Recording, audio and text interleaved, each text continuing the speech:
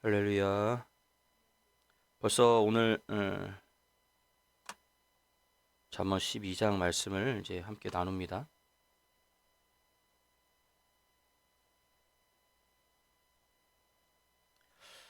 오늘 잠언 12장에는 여러 가지를 이야기하고 있습니다. 오늘 말씀의 제목을요. 지혜로운 삶, 의인의 길, 이것을 어디서? 하나님의 말씀 안에서. 오늘도 하나님의 말씀 앞에 나오신 여러분을 주님의 이름으로 환영합니다. 박수 치는 분은 처음 봤어요.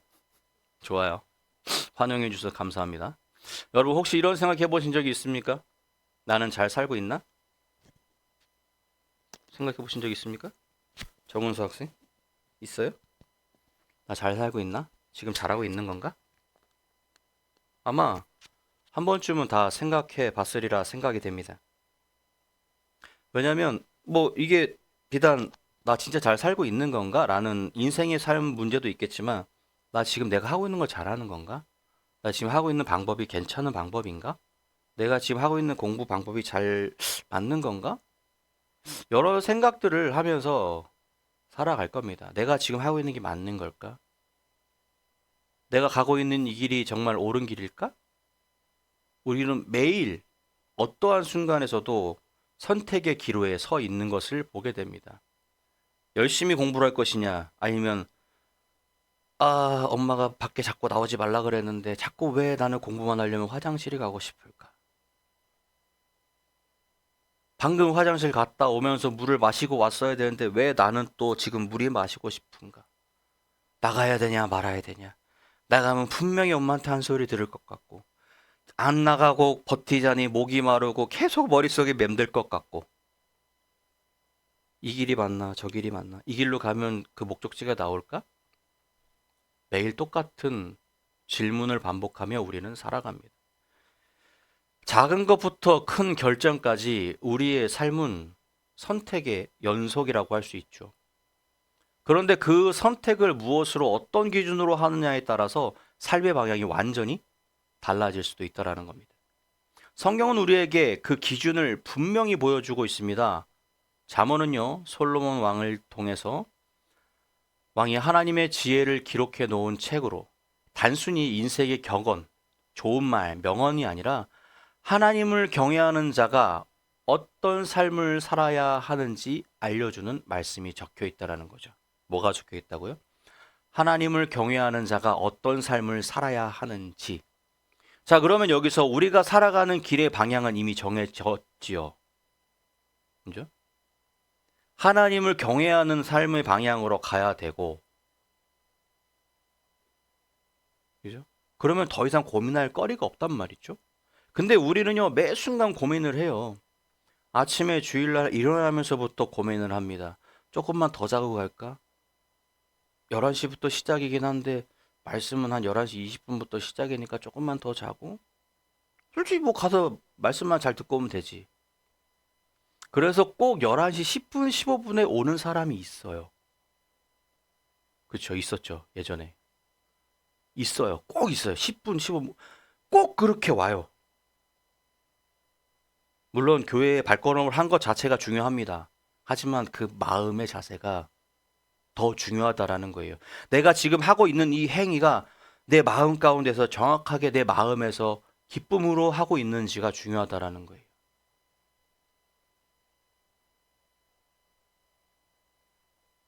오늘 잠언 12장은요, 매우 실질적으로 우리에게 이야기해 주고 있습니다. 지혜로운 자와 어리석은 자의 차이가 무엇인지 보여주고 있고요. 또 의인의 삶과 악인의 삶이 끝이 어떻게 다른지, 우리가 어떤 말, 우리가 하는 말 한마디가 얼마나 큰 힘을 가지고 있는지, 또 근면함과 게으름의 결과가 어떻게 다른지를 구체적으로 오늘 12장 말씀에 기록되어 있다라는 겁니다. 이 말씀은 아주 오래 전에 기록된 지혜이죠. 아주 오래전에 수천 년 전에 기록되어진 말씀입니다. 하지만 오늘 우리의 삶 가운데도 그대로 적용되어지고 있다라는 거죠. 적용되어지고 적용할 수 있고 그대로 살아가야만 하는, 벌써 몇천 년 전에 쓰여졌던 이야기 책이지만 그 안에 우리는 그 안에서 하나님의 살아계심을 발견할 수 있다라는 겁니다. 왜냐하면 사람의 본성은요 변하지가 않아요. 사람은 그 옛말에 그 어른들 말 그런 말 있죠. 사람은 뭐라 그랬어요? 고쳐 쓰는 거 아니라 그랬어요. 오죽하면 옛날부터 그런 말이 나왔을까요? 사람은 고쳐 쓰는 거 아니다.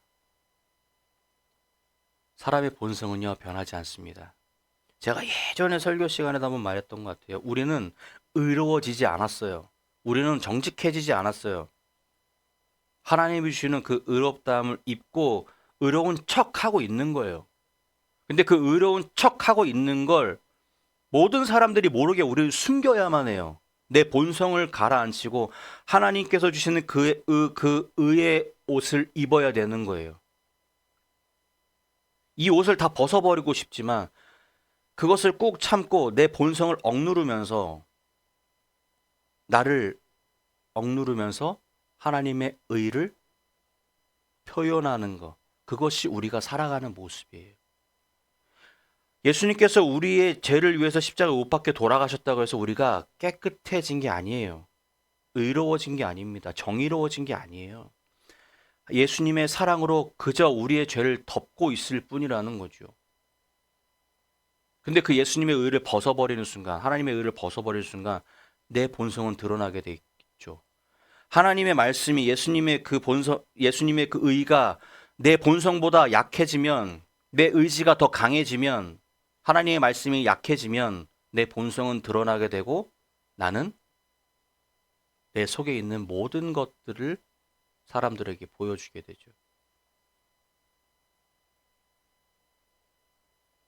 우리가 하나님의 의를 입고 하나님의 의를 섬기면서 살아가야 하는 것은 하나님의 말씀은 진리이기 때문입니다.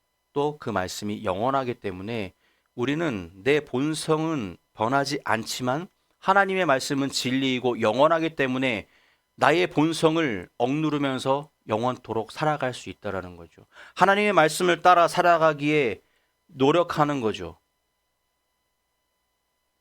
하루에 열 몇 시간씩 1년 동안 회개해 보세요. 그렇다고 내 죄가 깨끗해질까요? 제가 본 환상은 아니지만 제가 아는 목사님께서 예전에 설교하실 때 그런 말씀 많이 하셨어요. 기도를 많이 했더니 내가 이제 좀 깨끗해진 것 같다라고 생각을 했대요. 그런데 어느 날 기도를 하는데 컵에 먹물이 찰랑찰랑 하는 그런 환상을 보여주시더래요. 그러면서 그러시더랍니다. 그게 네 죄다. 그게 네 죄다. 컵이 있어요. 물이 찰랑찰랑하죠? 그죠? 이것처럼 내가 열심히 기도하고 열심히 회개해서 난 이제 좀 깨끗한 사람인가 봐. 난 이제 의로워졌나 봐. 그런데 환상 속에 찰랑찰랑 이 컵 위에까지 가득 차서 찰랑찰랑 하면 조금이라도 여기 하면 넘치는 그런 상황이 눈에 보이더라는 거예요. 그러면서 들리는 말씀이 그게 네 죄다. 그게 너다. 사람은요. 그래서 우리가 매일 기도해야 된다라고 하고 매일 찬양해야 한다라고 하고 매일 하나님 앞에 무릎 꿇어야 된다고 하는 게 그게 넘치지 않도록 그걸 억제해야 된다라는 거예요. 우리의 삶이. 하나님의 말씀이. 넘쳐 흐르는 그것을 가로막아야 하는 것이 하나님의 말씀으로 가능하다라는 거죠. 어느 순간 하나님의 말씀이 내 삶에서 떠나버리면 찰랑거리던 것이 범람해서 물 컵 밖으로 다 흘러나와요.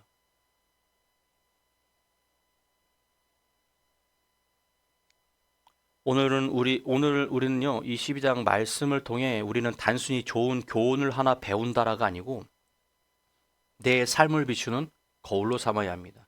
아, 오늘 이 말씀이 이렇게 했구나. 좋은 교훈이네. 잘 배웠어. 이것이 아니라 나를 비춰보는 거울로 삼아야 된다라는 겁니다. 비쳤을 때 나는 지금 깨끗한가? 우리가 거울을 보지요.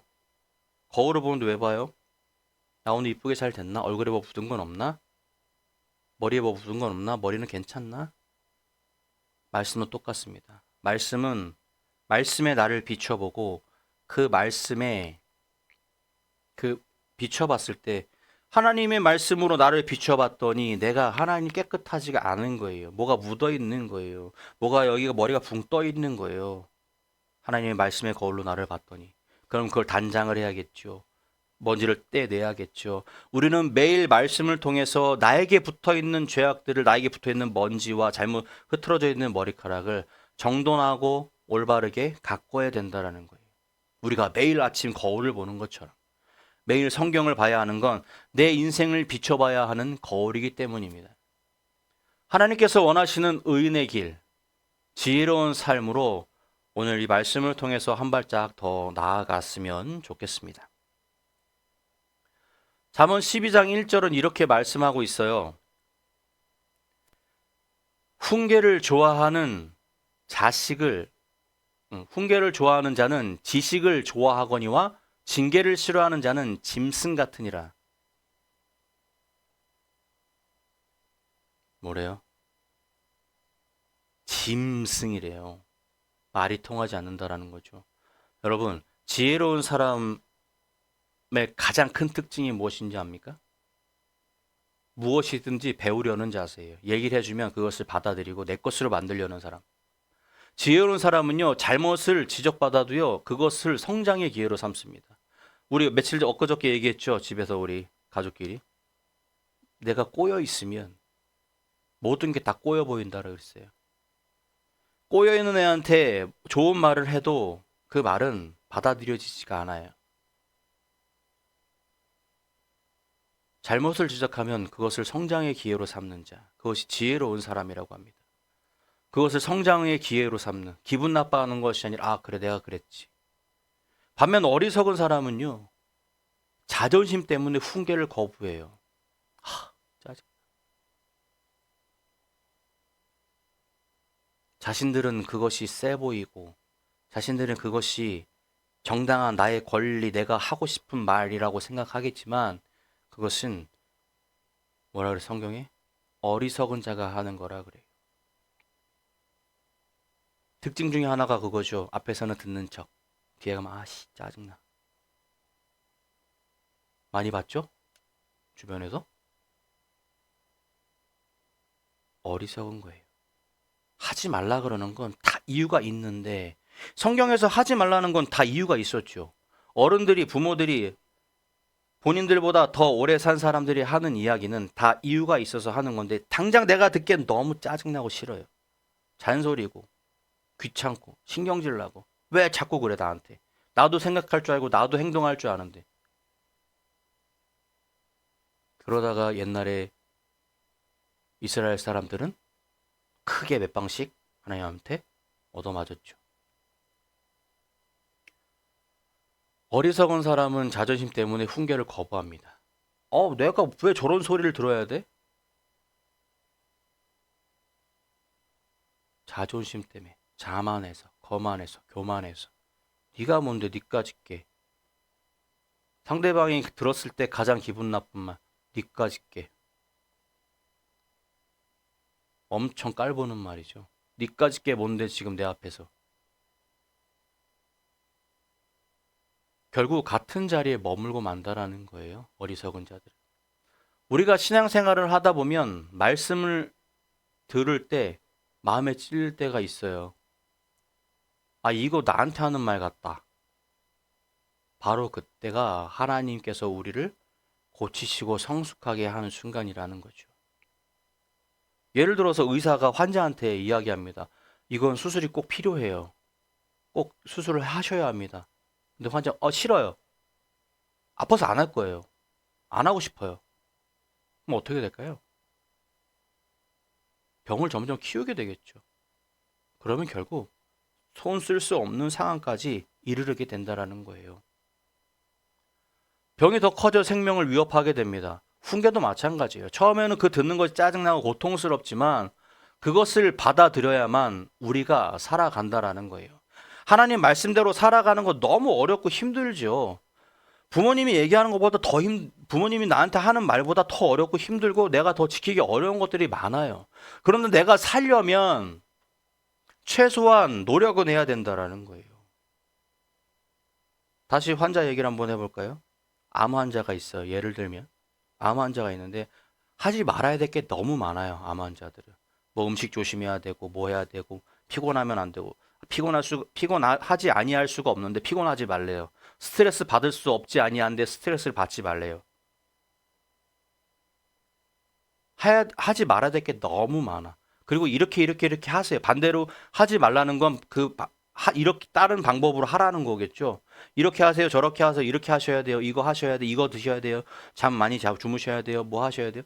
이야기하는데 만약에 그 이야기를 듣고도 아우 나 오늘 고기가 너무 먹고 싶으니까 그냥 고기 먹을래. 고기 먹지 말라고 했는데 오늘은 괜히 술 한잔 땡기네. 마음은 울적한데 술 한잔 해야겠다. 암 환자가 술을 홀짝홀짝 마셔요. 기름진 거 먹지 말라 그랬는데 기름진 거 먹으러 가고 매운 거 먹지 말라 그랬는데 오늘은 매운 게 너무 땡긴다. 마라탕 3단계, 4단계 먹으러 가야겠다. 당장 내 뜻대로 사니까 좋지요. 행복하지요. 하고 싶은 거 다 하니까 너무 좋아요. 그런데 그 사람의 수명은 줄어들어요. 우리도 마찬가지입니다. 하나님의 말씀에 의지해서 살아가는 것. 어른들의 훈계에 그것을 수긍하고 받아들이는 사람은 더 성장하고 더 좋은 모습으로 커 나갈 수 있다라는 거예요. 하지만 그 말씀에 순응하지 않고 그 말씀을 거절하고 어리석은 자처럼 거절하고 거부하면 그의 삶은 분명히 피폐해진다라고 성경이 오늘 말하고 있다라는 사실이죠. 우리는 배움 앞에서 겸손해야 됩니다. 말씀 앞에서 또 권면 앞에서 심지어 자녀의 솔직한 말 앞에서도 배우는 자세를 가질 필요가 우리에게는 있다라는 거죠. 그런 말이 있어요. 아이들에게도 배울 것이 있다라는 말이 있습니다. 왜냐하면 우리가 그 시절을 지나왔지만 그 시절의 나의 모습을 잊어버렸어요. 그런데 아이의 눈으로 봤을 때는 어른의 눈으로 본 것보다 아이의 눈으로 봤을 때 더 올바른 것이 있을 수 있다라는 거죠. 그러면 니까짓 게 뭔데 나한테 이래라 저래라야 이게 아니라 그랬구나. 거기서 그 아이의 말에 순응하지 않을지라도 그 말을 듣고 깨달아야 된다라는 거예요.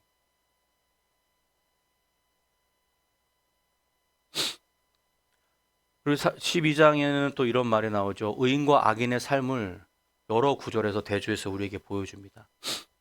2절에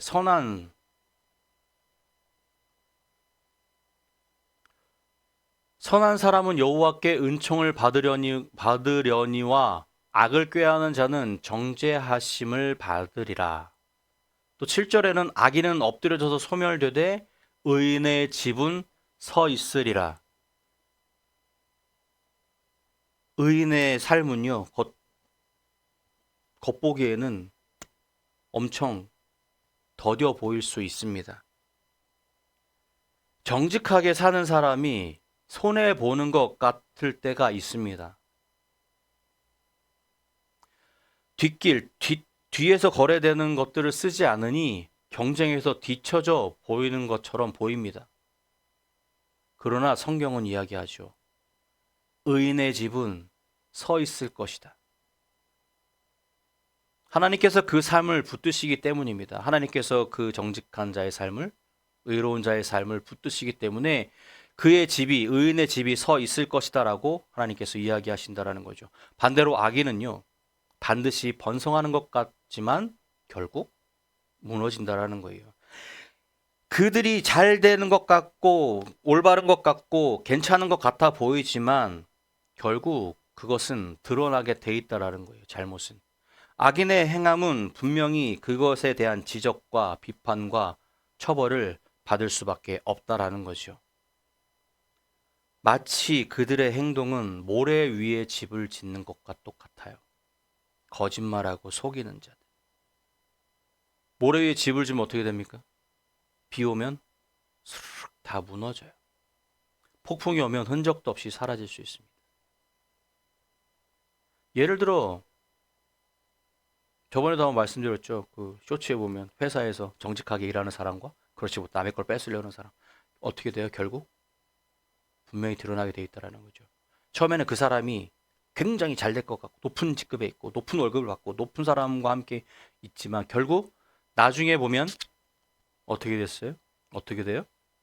정직한 자, 의로운 자가 그 상황을 역전시킨다라는 거죠.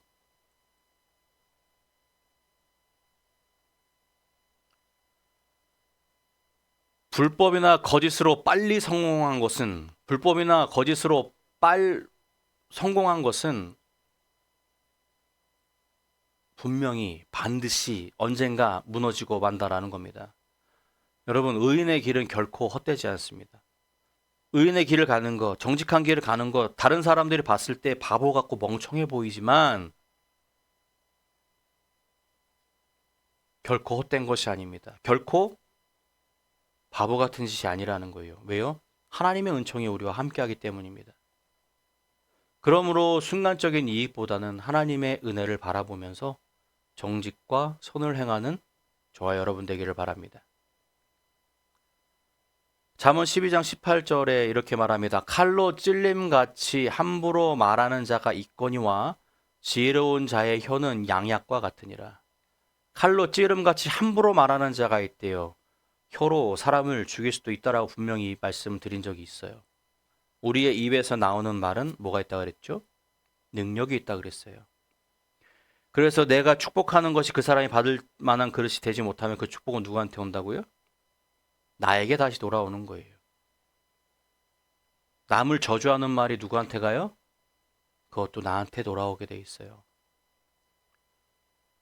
우리의 어리석은 자의 혀는 뭐라 그래요? 함부로 사람을 말하는 사람, 칼로 찌른 것 같대요. 근데 지혜로운 자의 혀는 약 같대요. 약. 병을 고쳐주는 약. 사람을 살리는 약. 우리의 말 한마디가 사람을 살리기도 하고 죽이기도 합니다. 내가 함부로 툭 그냥 내뱉은 말이 일파만파 커져서 엄청난 소문과 엄청난 일들을 통해서 누군가가 스스로의 삶을 마감하는 경우도 있어요. 누군가가 그것을 분노해서 나쁜 짓을 저지르는 경우도 있어요. 가정에서 부모가 자녀에게 넌 못해. 넌 그것밖에 못하니? 넌 그것밖에 안 돼? 라는 말을 자주 하면 아이의 마음에 깊은 상처가 남는다고 해요. 당장 야 너는 그것도 못하냐 찔리긴 하지만 할 말은 해야 되니까 아이에게 상처가 된다는 거죠. 생각해보면 나도 모르는 상처가 있는 것 같아요. 어른들도 보면. 그래서 그 상처가 내 아이에게 투영돼서 나오는 경우도 있어요. 내가 겪었던 어린 시절의 모습, 그것이 내 자녀에게 그대로 전가되는 일이 상담학적으로 있어요.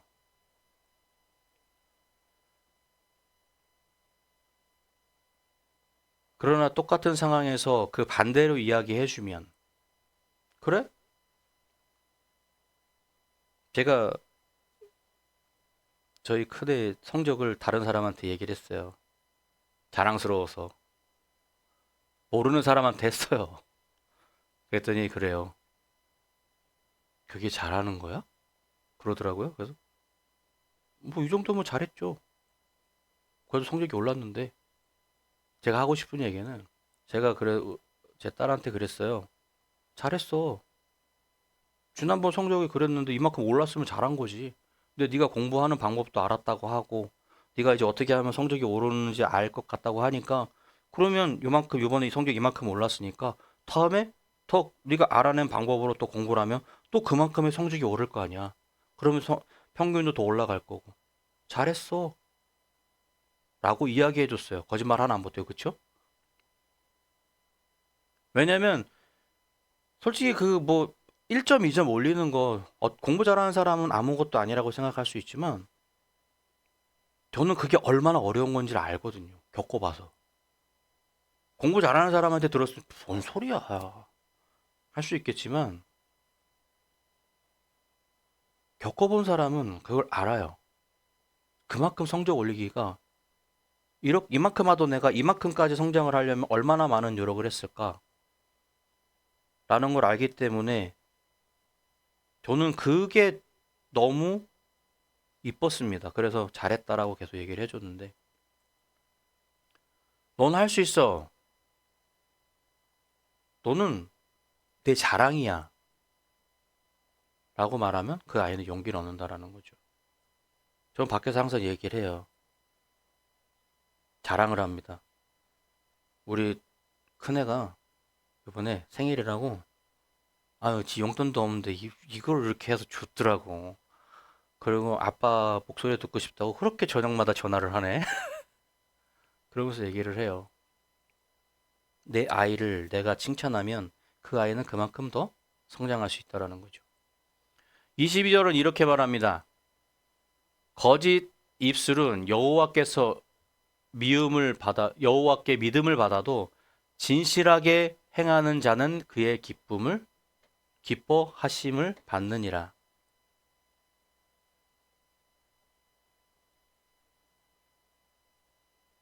하나님은 우리의 입술에서 거짓이 나오는 것을 미워하십니다. 왜냐하면 거짓은 사탄의 언어이기 때문이죠. 거짓말. 예수님께서도 사탄의 거짓의 압이라고 말씀하셨죠. 반대로 진실과 정직의 말은 하나님께서 기뻐하시는 향기로운 제물이 되어집니다. 여러분, 우리의 입술이 칼이 아니라 약이 되기를 바랍니다.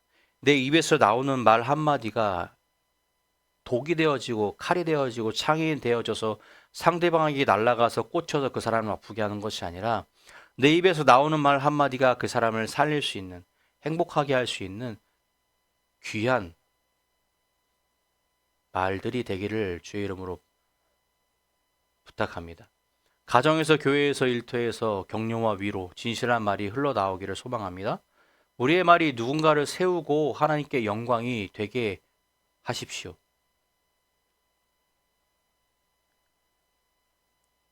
또 하나님께서는 24절 말씀에 이렇게 선포합니다.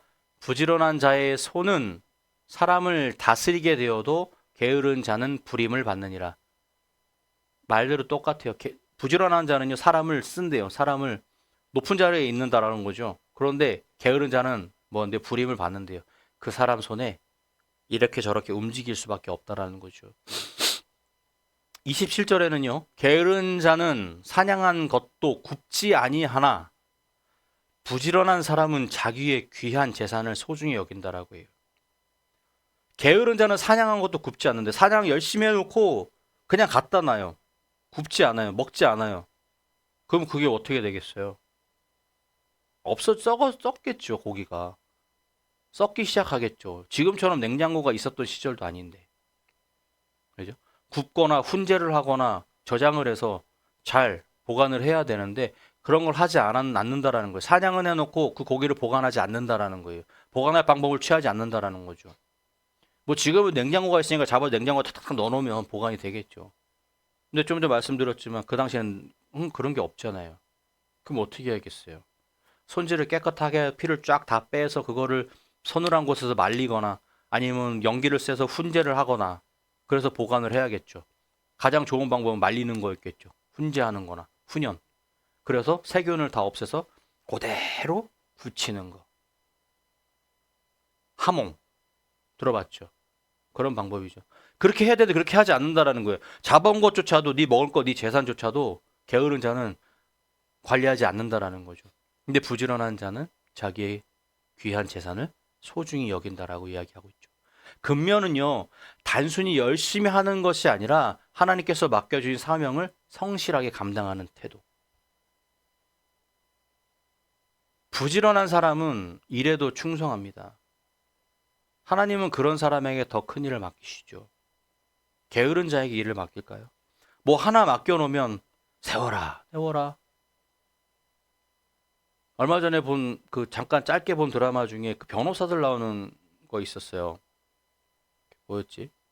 제목이 생각이 안 나는데 한 변호사가 있는데 일을 하나 시켰는데 하루면 되는 일을 3일인가 4일이 됐는데도 그 초안을 갖다 주지 않아서 선배 변호사가 후배 변호사를 이제 혼내는 장면이 나와요. 덕하였 변호사 이야기인데 잠깐 봤는데 재밌더라고요.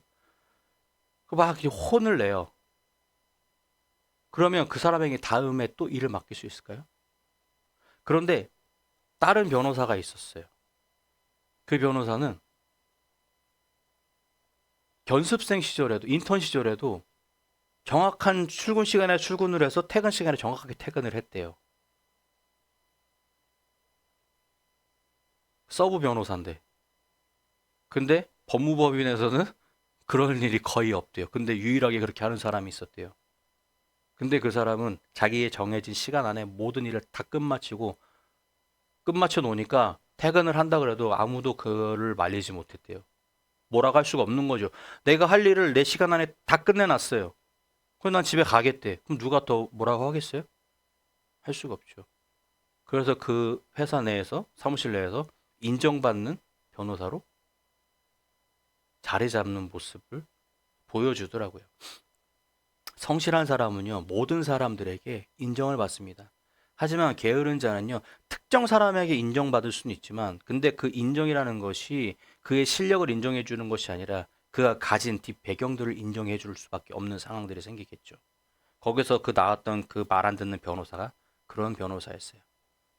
자기 아버지의 뒷배로 들어와 있는 그런 사람이었는데, 모든 사람에게 인정받지 못합니다. 게으른 자는. 그러면 어떻게 될까요? 결국 그 집단에서 도태되어지고 쫓겨날 수밖에 없는 거죠. 하나님은요, 부지런한 사람에게 일을 맡기십니다. 게으른 사람은 기회가 와도 붙잡지를 못해요. 사냥해놓고 먹지 못한다는 말은 열매를 눈앞에 두고 활용하지 못한다는 삶을 뜻합니다. 그냥 눈앞에 있는 것만 따먹으면 되는데, 아우, 귀찮아. 아우, 좀 더 있다가.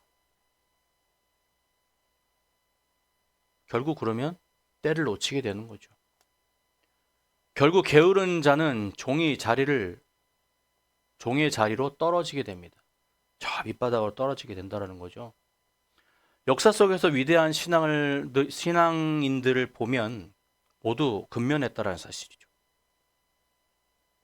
존 웨슬리 같은 경우에는 새벽마다 하나님 앞에 기도를 했고 하루 한 시간을 철저히 관리했던 조지 밀러, 또 매 순간 충실하게 말씀을 연구했던 성경의 인물들까지 그들의 삶은 모두 부지런했다라는 거예요. 한 명도 게으른 자가 없었다라는 거죠. 여러분, 게으름을 멀리하고 오늘 내가 맡겨진 작은 일에 최선을 다하십시오. 가정에서, 학교에서, 직장에서도 충성하는 삶을 통해 하나님께서 우리를 높여주실 줄 믿습니다. 잠언 전체의 핵심 주제는요, 뭘까요? 우리가 읽었죠. 뭐라고 했어요? 여호와를 경외. 다 같이 한번 해볼까요? 여호와를 경외하는 것이 지식의 근본이다라고 말했습니다. 잠언 전체 핵심의 주제예요. 여호와를 경외하는 것이 지혜의 근본이다. 잠언 12장도 이 진리를 바탕으로 이야기하고 있습니다.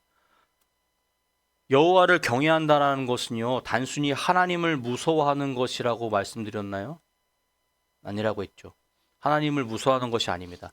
하나님을 인생의 주인으로 인정하고 그분의 말씀을 최우선으로 두는 것, 그것이 하나님을 경외하는 거예요. 무서워서 벌벌 떨어서 하나님, 죄송합니다. 이거 죄송합니다. 벌벌 떠는 것이 아니라, 무서워서 그러는 것이 아니라 내 삶의 최우선으로 두는 것, 내 주인으로, 그것이 하나님을 경외한다라는 거죠. 성도 여러분, 아무리 지식이 많아도요, 하나님을 두려워하지 않으면 어리석은 사람이라는 거예요. 아무리 똑똑한 사람이라도 하나님을 두려워하지 않으면 어리석다라는 겁니다. 아무리 부지런히 살아도 하나님을 경외하지 않으면 그 수고가 헛되다라는 거죠. 하나님을 경외할 때 우리의 지혜와 정직한 말과 성실함이 비로소 의미를 갖게 됩니다. 누가 전제가 됐을 때, 하나님이 우리의 삶의 전제가 되어졌을 때 그 모든 것들이 의미를 갖게 된다라는 거예요. 내가 정직했던 거, 부지런했던 거, 하나님을 경외하는 거, 이것이 하나님이 첫 번째 전제 조건이었을 때 모든 것들이 의미가 있게 된다라는 거죠. 그러므로 우리는요, 날마다 나는 하나님을 경외하고 있는가? 내 삶의 주인은 정말 하나님이신가? 점검해 봐야 돼요. 이것이 지혜의 시작입니다. 내가 하나님과 함께 하고 있는가? 내가 하나님 앞에 오늘 잘 살고 있는가? 그렇게 생각하는 거, 점검하는 거. 이것이 지혜의 시작이고 의의 길을 걷는 비결입니다. 그럼 우리의 삶 가운데 어떻게 적용해 볼까요? 잠언 12장의 말씀을 단순히 성경 속에서 머무르는 지혜가 아니라 오늘 우리가 직장에서, 가정에서, 교회에서 살아가는데 꼭 필요한 실제적 가르침이라는 거죠. 하나님의 말씀과 겉면에 우리는 귀 기울이는 삶을 살아야 합니다. 누군가가 나를 사랑하는 마음으로 조언할 때 우리는 불편함보다 감사함으로 그 이야기를 들어야 된다는 거예요. 오늘이라도 나는 배울 만큼 준비가 되어 있는가라는 질문을 스스로에게 던져보시기 바랍니다. 나는 오늘 배울 준비가 됐나? 나는 오늘 가서 무엇을 배울까? 정직과 의로움을 붙드는 삶을 사시기 바랍니다. 요즘 사회는요, 결과만 있으면 과정은 무시하는 풍조가 아주 만연해 있습니다. 그냥 시험도 식 없이 답만 맞으면 통과되던 시절. 근데 그게 점점 변하고 있죠. 이제는 과정과 결과가 일치해야 점수가 되어지는 세상이 조금씩 되어지고 있는데, 결과만 그 과정을 무시하는 그 풍조가 너무 많다는 거예요. 직장 내에서도 모든 사회에서도. 결과만 좋으면 됐지. 과정이야 뭐 어쨌든 결과만 좋으면 됐어. 라고 이야기하는 잘못된 풍조가 너무나 많다는 겁니다. 그러나 우리 성도는 달라야 합니다. 하나님은 우리의 결과보다 그 과정을 보신다라는 거예요. 예를 들어 우리가 천국을 갔다고 칩시다. 죽어서 이제 천국에 딱 도달을 했어요. 그럼 하나님, 아이고 왔구나 하고 거기서 끝날까요? 너 어떻게 살았니? 지금까지 어떻게 살아왔나 보자. 그 과정을 보신다라는 거예요. 작은 이익 때문에 거짓을 말하거나 정직을 포기하지 마십시오. 혼날 것 같아. 또 제대로 얘기하면 혼날 것 같아. 그래서 그 정직을 포기하지 마시기 바랍니다. 내가 내 실수를 인정할 때 그 실수는 용서되어질 수 있는 거예요. 근데 그것을 숨기려 하고 감추려 하면 그것은 용서가 되어질 수가 없다라는 거죠. 하나님께서는 의의 길을 끝까지 책임지십니다.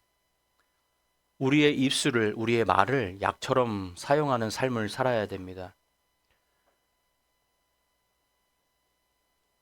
남편과 아내가 서로에게 어떤 말을 하고 있습니까? 부모가 자녀에게, 자녀가 부모에게 어떤 말을 하고 있습니까? 엄마 때문이야. 아빠 때문이야. 내 잘못을 남에게 전가하진 않습니까? 내가 잘못해놓고 엄마가 이렇게 해서 그런 거야. 아빠 때문에 그런 거야. 동생 때문에 그래. 누나 때문에 그래. 내 잘못을 인정하지 않는 거. 교만한 겁니다. 거만한 거예요. 교만하고 거만했어요. 그런데 거기다 지금 방금 거짓말까지 했어. 나 때문에 그런 걸 다른 사람 때문에 그랬다 거짓말을 하게 됐어요. 여러 가지 죄를 복합해서 짓고 있는 거죠. 날카로운 말 한마디는 평생의 상처가 되어줄 수 있습니다. 요즘 말로 트라우마라고 그러죠. 트라우마가 될 수 있습니다. 사랑의 말 한마디는 절망을 소망으로 바꿀 수도 있어요. 그래도 그 한강 다리에 가면 난간에 이렇게 전화번호가 붙어 있어요. 사랑의 전화인가? 사랑의 전화번호가 있어요. 왜 거기다 전화번호 붙여놨을까요? 한강 다리에다 그것도 한가운데 이런 데다가 마음이 힘들어서 그냥 한강 보러 온 사람들 딴 생각하지 말라고 전화하면 위로해주고 격려해주고 하는 전화예요. 거기다가 전화를 했는데 당신 왜 거기서 지금 나한테 전화를 하는 거예요? 위험하게. 빨리 돌아가요. 라고 하는 것이 아니라 위로하고 격려한다라는 거예요. 오늘부터라도 내 입술을 하나님께 드려서 격려하는 말, 세워주는 말, 진실한 말을 하겠다고 결단하시기 바랍니다. 기분이 나빠서 이야기할 때도 그 사람에게 상처되는 말이 아니라 그 사람에게 힘을 줄 수 있는 말, 그 사람이 변화되어 줄 수 있는 말을 고민해 보시고 격려해 보시기 바랍니다. 그리고 우리는 근면한 삶을 선택해야 됩니다. 하나님은 게으른 사람을 쓰지 않는다라고 말씀드렸습니다. 하나님은 늘 성실한 자를 찾으신다라는 거예요. 주일 예배 오는 것도 봉사하는 것도 직장에서의 업무도 가정에서의 책임도 성실히 감당할 때 하나님은 그 사람을 들어 크게 사용하십니다. 옛날에 그 찬양 중에 그런 게 있었어요. 다윗과 요나단 두 분께서 부르신 건데 굉장히 좀 이례적인 앨범이 있었어요. 노래가 예배 시간에 꼭 5분씩 늦어 얼레벌떡 뛰어가는 성도, 주일 학교 공과를 교회 가는 버스 안에서 한번 읽어보는 교사.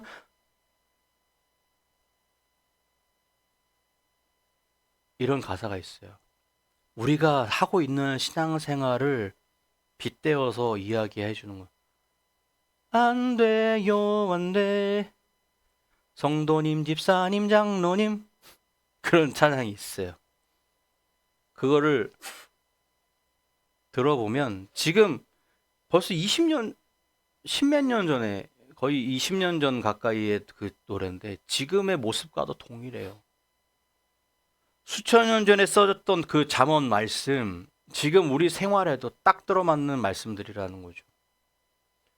오늘 내 삶은 작은 부분부터 충성할 수 있는 사람이 되기를 바랍니다. 하나님을 경외하는 마음을 지키는 삶을 살아가시기 바랍니다. 모든 지혜와 외로움의 뿌리는 의로움의 뿌리, 외로움 아닙니다. 의로움의 뿌리는 하나님을 경외하는 마음입니다. 하나님을 경외한다라는 것은 단순히 두려워하는 것이 아니라 그분을 인생의 주인으로 인정하는 것. 내가 잘나서 사는 것이 아니라 하나님께서 나를 살리시고 인도하신다라는 마음을 붙드는 것이 바로 경외하는 거예요.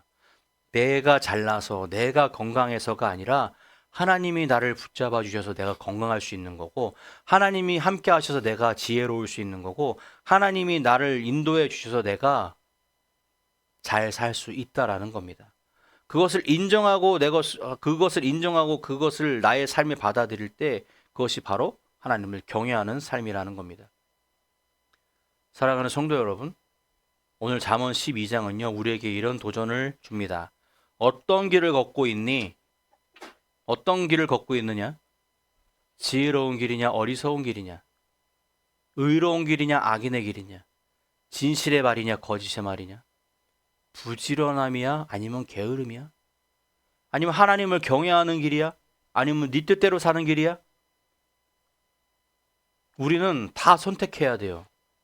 동시에 이 선택은 매일 반복되어집니다. 매 순간. 지금 예배가 끝나고 저 문을 건너 나가는 순간에도 선택해야 하고 매일매일 반복의 삶을 살아갑니다. 오늘 하루를 어떻게 살 것인가? 가정에서 나는 어떤 남편, 어떤 아내, 어떤 부모, 어떤 자녀로 살 것인가? 직장에서 나는 어떤 동료, 어떤 상사로, 어떤 직원으로 보일 것인가? 교회에서 나는 어떤 성도로 하나님 앞에 어떤 사람으로 설 것인가? 잠언 12장은 분명히 말합니다. 지혜롭게 사는 자는 하나님께서 세우시지만 어리석은 자는 무너진다. 정직한 자는 하나님이 기뻐하시지만 거짓을 행하는 자는 버림을 받는다. 부지런한 자는 존귀하게 여겨지지만 게으른 자는 종이 되어진다. 사랑하는 여러분, 오늘 말씀을 마음에 새기고 지혜와 의의 길을 선택하십시오. 그 길 끝에서 우리는 하나님의 은혜와 복을 경험하게 될 것입니다.